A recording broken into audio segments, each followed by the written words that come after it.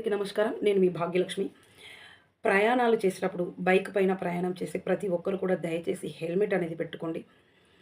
ఇప్పుడైతే బైక్ మీద చిన్న పిల్లల్ని కూడా తీసుకెళ్తున్నారు. నలుగురు, ఐదుగురు బండి మీద వెళ్తున్నారండి. ప్రతి ఒక్కరు కూడా హెల్మెట్ అనేది ధరించండి. చీరలు కట్టుకొని రీసెంట్‌గా ఒక ఇన్సిడెంట్ జరిగిందండి. చీరలు కట్టుకొని బండి మీద ఎక్కకండి. అన్‌కంఫర్టబుల్‌గా ఉంటుంది. బై మిస్టేక్‌లా స్పీడ్ బ్రేకరో లేకపోతే ఏదైనా యాక్సిడెంట్ అయినప్పుడు ఏంటంటే వాళ్ళకు గ్రిప్ ఉండదు వెనకాల కూర్చుని శారీ కట్టుకొని ఉన్న వాళ్ళకి.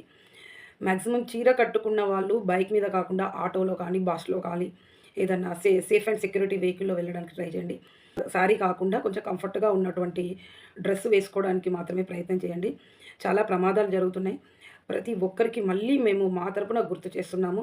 ప్రతి ఒక్కరు మీ మీ పిల్లలకి కూడా హెల్మెట్ అనేది ధరించమని చెప్పండి. మీరు కూడా పిల్లలకి కూడా హెల్మెట్ అనేది ఇప్పుడు ఆన్‌లైన్‌లో అవైలబుల్‌గా ఉన్నాయి కాబట్టి ప్రతి ఒక్కరు హెల్మెట్ అనేది కొనుక్కోండి. దయచేసి మీ ప్రాణం, మీ కుటుంబం, మీ బాధ్యత. కాళ్ళు, చేతులు ఇరిగితే మనిషి బ్రతికే అవకాశం ఉంటుంది. కానీ తలకి దెబ్బ తగిలితే చాలా రేర్‌గా బ్రతికే అవకాశం. బ్రతికినా కూడా ఆయన చచ్చిన శవంతో సమానం. కాబట్టి మీకోసం, మీ కుటుంబం కోసం, మిమ్మల్ని నమ్ముకున్న వ్యక్తుల కోసం బైక్ మీద వెళ్ళేటప్పుడు ఖచ్చితంగా హెల్మెట్ ధరించండి. స్పీడ్ అనేది చాలా తక్కువగా వెళ్ళండి. శారీలో వెళ్ళే వాళ్ళు చాలా జాగ్రత్త అండి. అన్‌కంఫర్టబుల్‌గా ఉంటుంది. వాళ్ళు కూడా హెల్మెట్ పెట్టుకోవాలి. మాక్సిమం శారీలో వెళ్ళకుండా ఉండడానికే ట్రై చేయండి.